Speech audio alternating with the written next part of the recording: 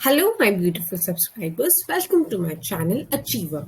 Today, I would be teaching you how to stop saying angry all the time and use the following words instead of it. It will help improve your vocabulary and will teach you advanced English words.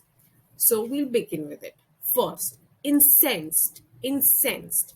An example could be the furious blows of the incensed mob. Second, fuming. Fuming. Example, she's still fuming over not being invited to the party. Third, fit to be tied. Fit to be tied. Example, dad was fit to be tied when I told him I had crashed his car. Fourth, irate. Irate. She's an irate customer. Fifth and last, hot under the collar. Hot under the collar. The two businessmen are getting hot under the collar over a trade.